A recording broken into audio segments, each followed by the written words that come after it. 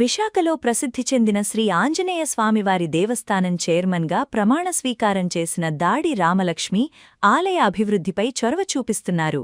ఆలయ అభివృద్ధి, ప్రసాదాల విషయంలో తీసుకోవలసిన చర్యలపై ప్రత్యేక దృష్టి సారిస్తున్నారు. ప్రసాదాలు తయారీ విధానాన్ని స్వయంగా పర్యవేక్షించిన ఆమె ఆలయ సిబ్బందికి పలు సూచనలు జారీ చేశారు. తయారీ చేసే విధానంలో రాజీ లేకుండా నాణ్యమైన ప్రసాదాలను అందించేలా జాగ్రత్తలు పాటించాలని సూచించారు. ఆలయానికి వచ్చే భక్తులకు కల్పించాల్సిన వసతులపై ప్రత్యేక దృష్టి సారిస్తామని మీడియాకు వివరించారు. ఈ సందర్భంగా ఆలయంలో పలు విభాగాలను పర్యవేక్షించి సిబ్బందికి పలు సూచనలు జారీ చేశారు. నా పేరు దాడి రామలక్ష్మి, 30వ వార్డు మహిళా అధ్యక్షురాలిని. నేను సామాన్య కార్యకర్తని.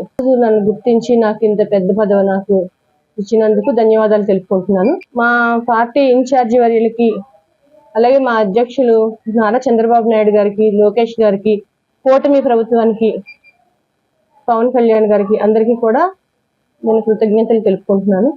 నాకు ఈ అవకాశం ఇచ్చినందుకు నేను కోవుల అభివృద్ధికి నా తోటి సహకారులు మా అందరూ కూడా కలిసి అందరం కూడా కోవుల అభివృద్ధి చేయటానికి కృషి చేస్తాం.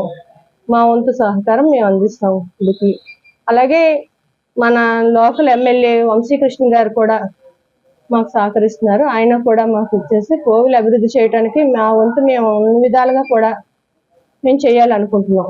ఇప్పుడు మేము వచ్చాము అంటే మాకు ఉన్నారు సీనియర్ నాయకులు కూడా మా దాంట్లో ఉన్నారు. పెద్దలు 4-5 గుళ్ళకు చేసిన ట్రస్ట్ బోర్డులు కూడా మా దాంట్లో ఉన్నారు. మా కమిటీలోని వాళ్ళందరూ కూడా కలిసి వాళ్ళ సలహాలు కూడా తీసుకొని, అలాగే గుడి పెద్దల సలహాలు కూడా తీసుకొని ఇవన్నీ విధాలుగా ఎలా ముందుకు వెళ్ళాలన్నది మేము చూపిస్తాం సార్.